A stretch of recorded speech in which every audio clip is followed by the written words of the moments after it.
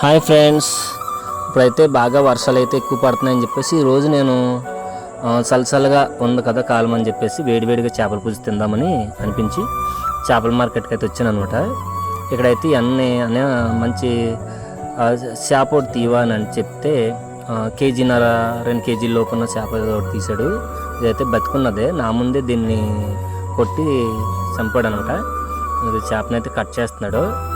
Round కొయ్యాలా లేకపోతే పీసుల కింద కొయ్యాలని అడిగితే నేను అన్నాను, వద్దన్నే రౌండ్ కొయ్యి నేను వీటిని ఫ్రై చేసుకుంటాను, సగమేమో మరి కూర వండుకుంటా బాగుంటుందని చెప్పేసి రౌండ్ కొయ్యమంటే రౌండ్లు అయితే కోస్తున్నాడు అనమాట. చేప అయితే చాలా బాగుంది.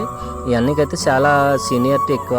చేపనైతే నేను వీడియో తీసే ఈ లోపలనే చాలా టప్ అని అయితే కోసేసాడు.